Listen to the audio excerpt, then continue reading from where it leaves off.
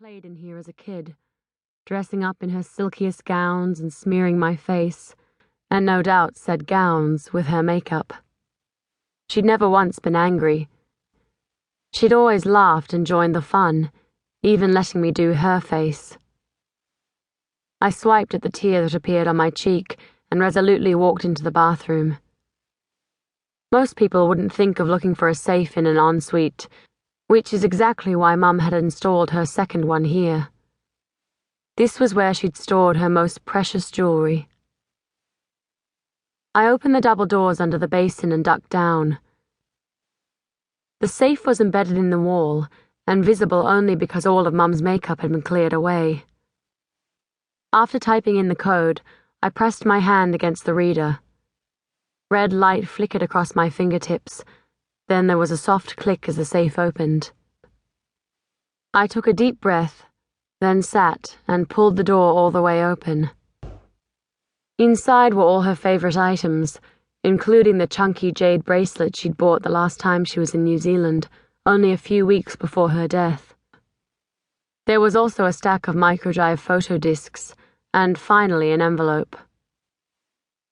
There was nothing written on the front of the envelope, but faint wisps of orange teased my nostrils as I flipped it over and slid a nail along the edge to open it. Inside was a folded piece of paper that smelled of Mum. I took another somewhat shaky breath and opened it. "I'm sorry that I had to leave you in the dark, my darling daughter," it said, and I could almost imagine her saying the words as I read them. Could almost feel her warm breath stirring the hair near my cheek. But I was given little other choice. Besides, I saw my death long ago and knew it was the price I had to pay for having you. I never regretted my choice, not then, and most certainly not now, when that death is at my doorstep. Don't ever think I accepted my fate placidly. I didn't. But the cosmos could show me no way out that didn't also involve your death or Riley's. Or worse, both of you. In the end, it just had to be. Live long, love well, and I will see you in the next life. I love you always. Mum. I closed my eyes against the sting of tears. Damn it, I wouldn't cry again. I wouldn't. But my tear ducts weren't taking any notice. I swiped at the moisture, then sat back on my heels. Oddly enough, I almost felt better. At least now I knew why she'd refused to tell me what was going on. She'd seen my death, and Riley's if we'd intervened. And I would have intervened. I mean, she was my mother. And as a result, I'd have died.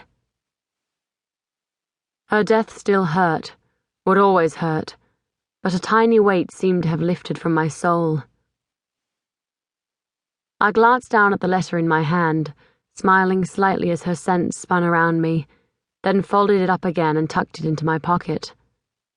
That one piece of paper was worth more than anything else in her safe.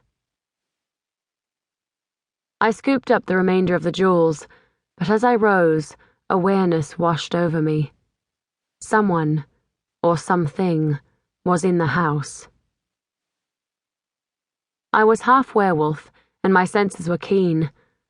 Though I hadn't actually locked the front door, I doubted any humans could have entered without me hearing. Humans tended to walk heavily, even when they were trying to sneak, and with the house almost empty, the sound would have echoed. But this invader was as silent as a ghost.